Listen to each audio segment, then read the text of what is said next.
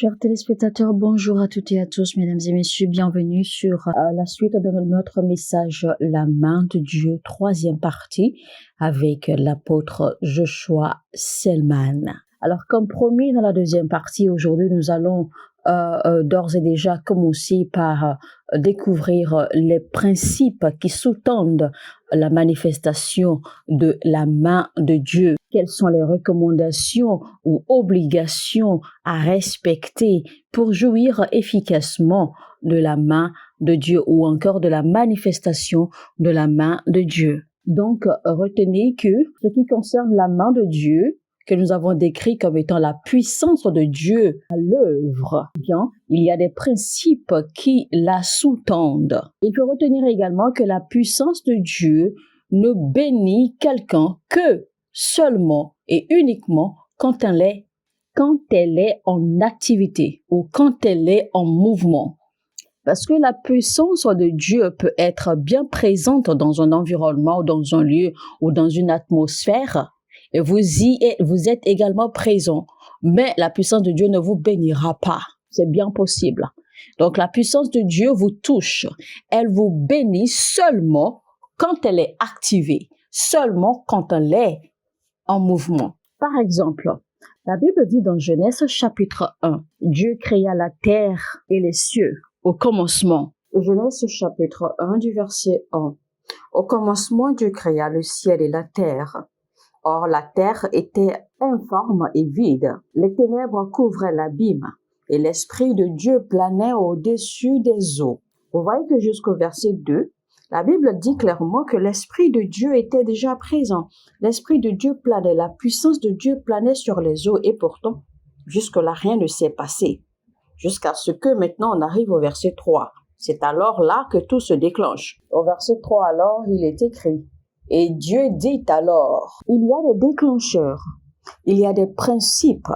Si vous voulez voir la main de Dieu, la puissance de Dieu à l'œuvre, il y a des principes à comprendre. Il ne suffit pas simplement de désirer voir la main de Dieu à l'œuvre dans votre vie.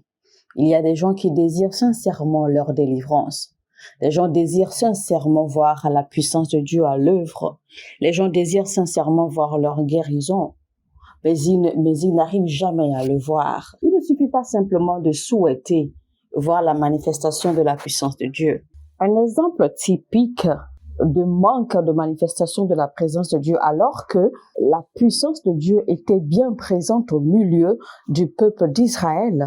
Le peuple d'Israël a passé 430 ans dans le désert en esclavage à tournoyer en rond, alors que la puissance de Dieu était bien au milieu d'eux. Et pourtant, elle ne s'est jamais manifestée pour leur sauver la vie ou pour les libérer. Un autre exemple typique, c'est l'exemple de l'homme à la piscine de Bethesda.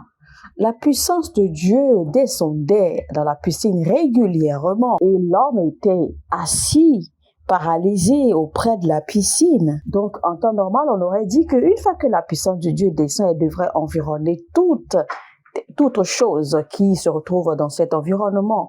Mais non, cet homme est resté au bord de la piscine pendant 38 années de sa maladie. La puissance de Dieu est descendue pendant 38 années de sa maladie, mais il n'a jamais été touché par la puissance de Dieu. Je vous révèle ceci parce que je sais que beaucoup de chrétiens, beaucoup de croyants ne connaissent pas cette réalité.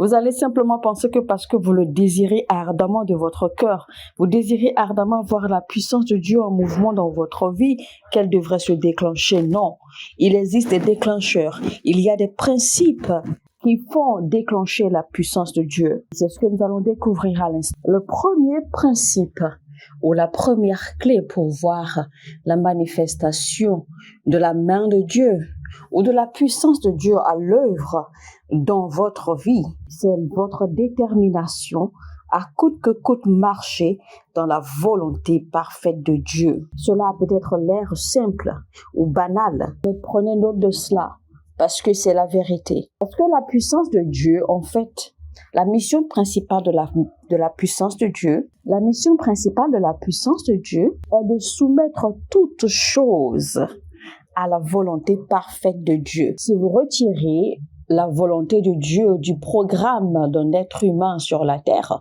eh bien la puissance de Dieu n'a rien à foutre là. Alors, étant donné que la main de Dieu a pour mission principale d'amener toute chose à la soumission de la volonté parfaite de Dieu, eh bien, la main de Dieu ou la manifestation de la main de Dieu ne repose pas seulement sur les désirs d'un être humain. Dieu n'accomplit pas seulement les désirs de l'homme. Ne soyez pas étonnés que la Bible dit « Voici la confiance, voici l'assurance que nous avons, que quand nous demandons toutes choses selon sa parole, il nous écoute et il nous exauce. » Ou autrement dit, la Bible dit ceci, nous avons l'assurance que quand nous demandons toutes choses selon sa volonté, il nous écoute. Et c'est là où beaucoup de croyants, beaucoup de chrétiens ne comprennent pas, ou plutôt comprennent mal dans leur désir ardent de voir la manifestation de la main de Dieu dans leur vie, eh bien se retrouvent à faire les choses hors de la volonté de Dieu. Jésus-Christ l'a bien dit dans ses paroles. Il a dit, je suis venu pas pour accomplir ma volonté à moi, mais plutôt pour accomplir les volontés du Père qu'il m'a envoyé. Beaucoup de personnes malheureusement pensent que la main de Dieu ou la puissance de Dieu est simplement un instrument surnaturel pour accomplir leurs désirs. Et voilà la raison pour laquelle beaucoup sont à l'église mais ne reçoivent pas de Dieu. Beaucoup savent et sont conscients que la puissance de Dieu peut reposer sur quelqu'un. Beaucoup savent ce que la puissance de Dieu peut accomplir dans une vie. Comme je l'ai dit, la puissance de Dieu, ou plutôt la main de Dieu, puisque nous sommes en train de parler de la main de Dieu, est pour accomplir la volonté parfaite de Dieu et non accomplir les désirs des hommes.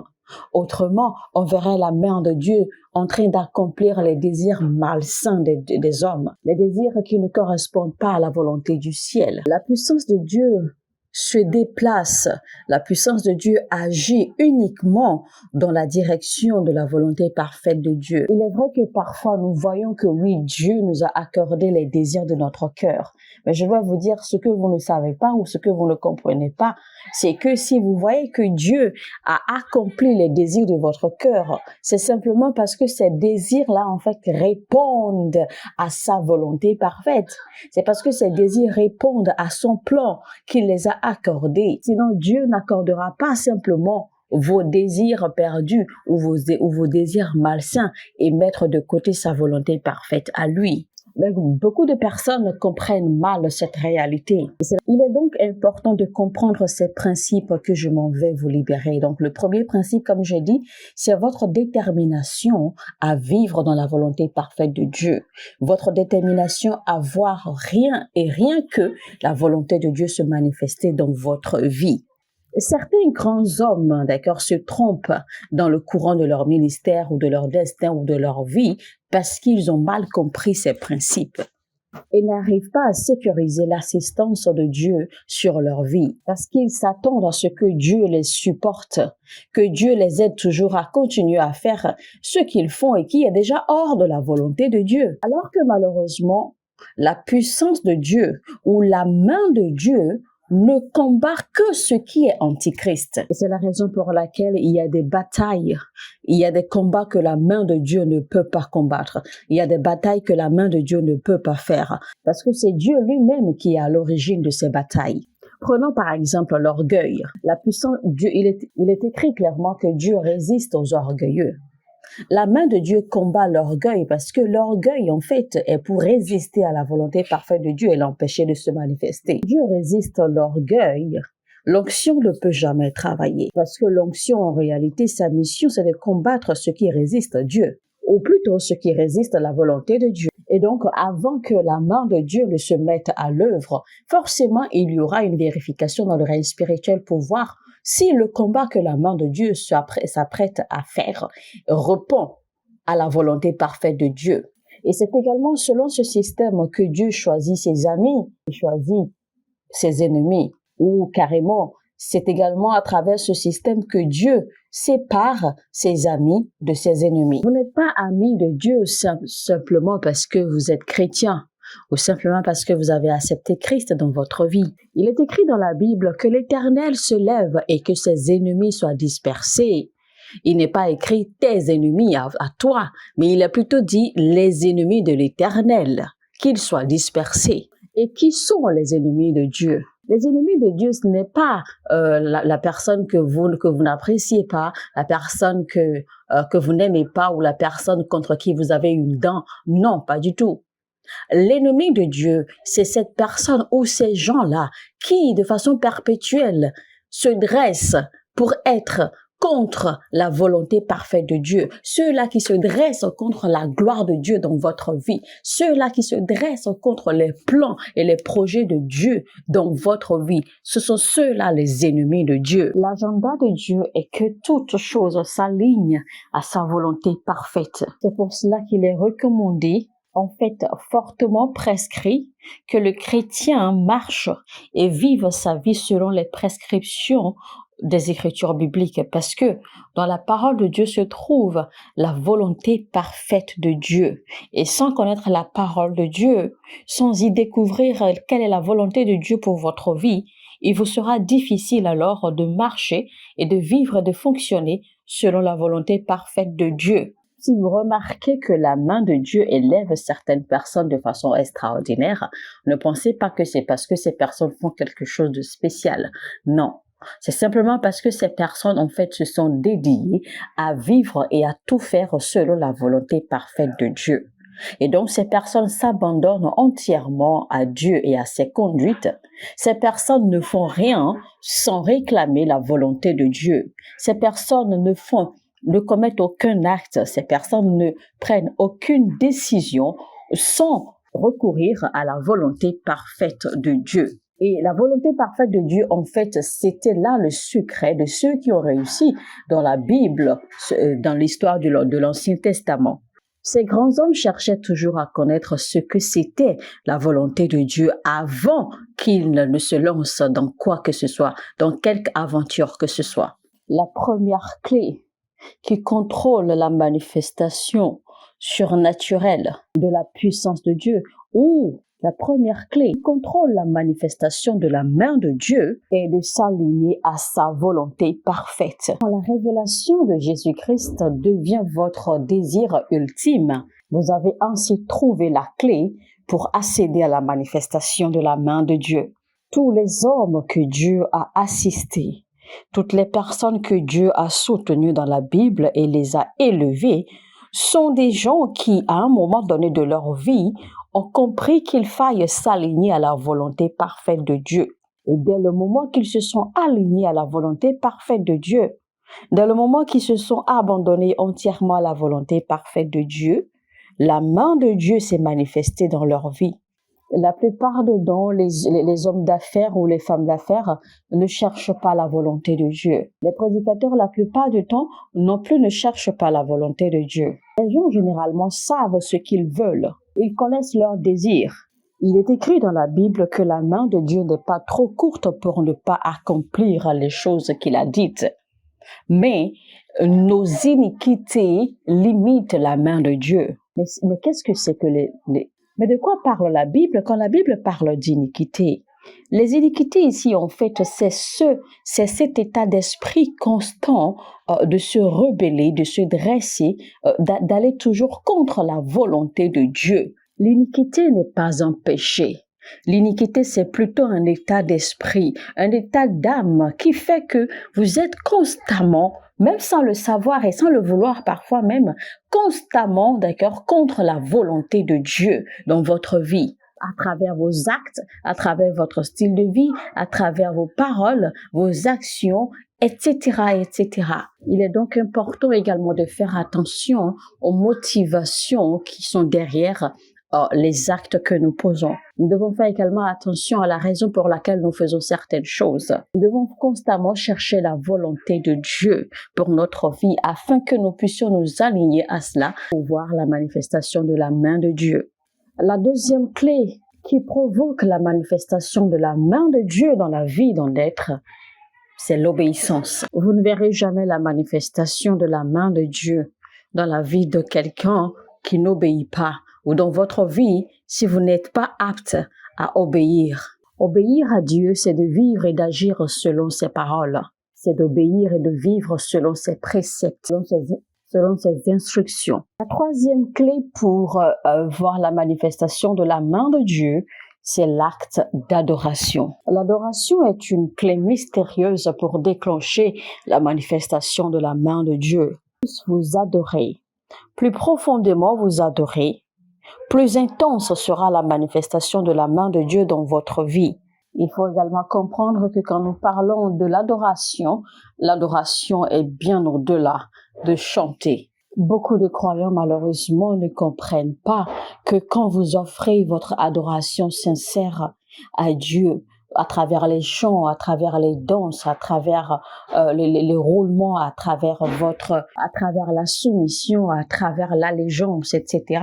Beaucoup ne savent pas qu'en réalité, c'est pour leur propre bien. Parce que quand vous offrez votre adoration à Dieu, ce n'est pas Dieu que vous aidez. Votre adoration ne diminue pas Dieu et votre adoration n'ajoute rien à Dieu. Mais votre adoration, en fait, prépare quelque chose pour vous dans le règne spirituel. Alors, en résumé, rapidement, il faut retenir que la première clé pour voir la manifestation de la main de Dieu, c'est de chercher et de rester dans la volonté parfaite de Dieu. La deuxième clé pour voir la manifestation de la main de Dieu, c'est de par votre obéissance. Obéir et respecter les préceptes et les instructions de Dieu à travers sa parole.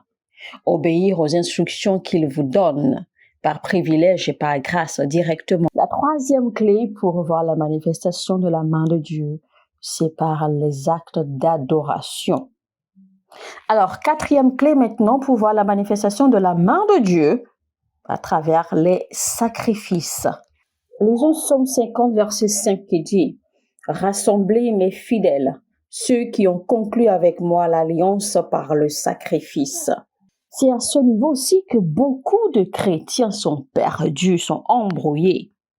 Beaucoup de chrétiens veulent voir la manifestation de la main de Dieu, mais ils oublient ou alors ils ignorent que dans ce royaume de Dieu dans lequel nous sommes et que nous servons, les accomplissements, les réussites extraordinaires, les grâces extraordinaires dépendent uniquement du principe de sacrifice.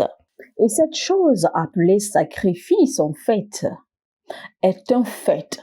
C'est quelque chose qui existe dans toutes les dénominations, que vous soyez chrétien ou que vous soyez du monde, que vous soyez animiste, tout ce que vous voulez.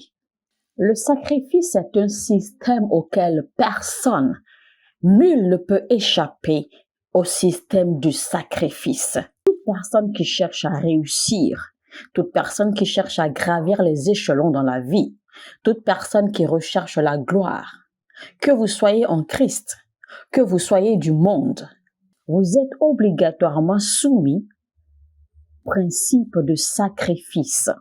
Et quand nous parlons de sacrifice ici, le sacrifice n'est pas seulement lié à ce que vous offrez. Le sacrifice n'est pas seulement lié aux substances matérielles. Le sacrifice dont nous parlons ici, c'est surtout vous-même, votre être tout entier.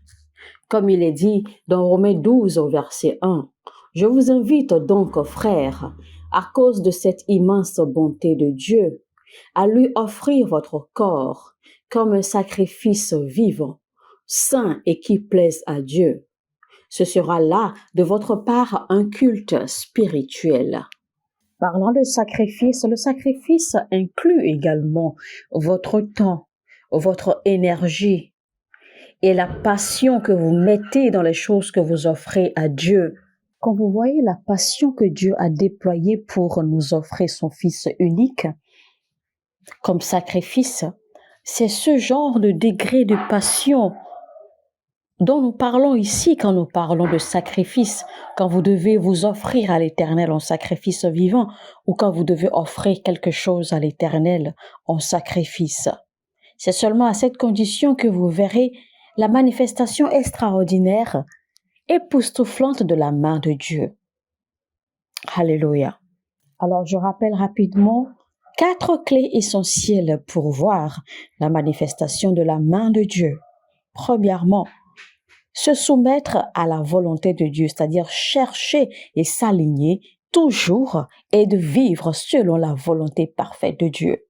Deuxième clé, vivre toujours avec la conscience d'être obéissant aux instructions, à la parole de Dieu, aux préceptes de la parole de Dieu.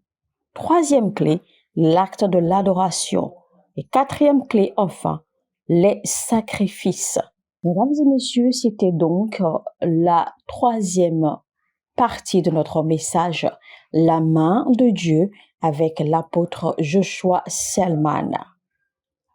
Afin de mieux comprendre ce message, nous vous recommandons vivement de faire recours à la première et à la deuxième partie.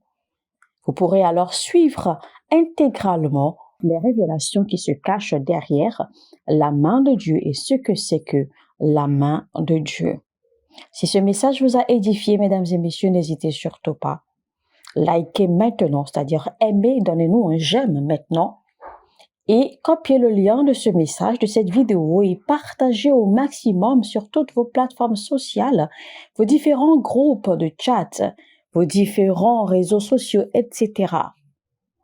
Et si vous n'êtes pas encore abonné à cette chaîne, alors n'hésitez pas, abonnez-vous maintenant et activez la cloche de notification. Mesdames et messieurs, il vous est également offert la possibilité de devenir membre ou partenaire de cette chaîne, ou de soutenir cette chaîne par les offrandes, etc. Ou alors cliquez sur l'un des liens de la chaîne qui sont dans la description de cette vidéo et suivez les instructions pour devenir membre et partenaire de cette chaîne. Sur ce, je vous dis que Dieu vous bénisse. On se retrouve très très prochainement pour une autre leçon.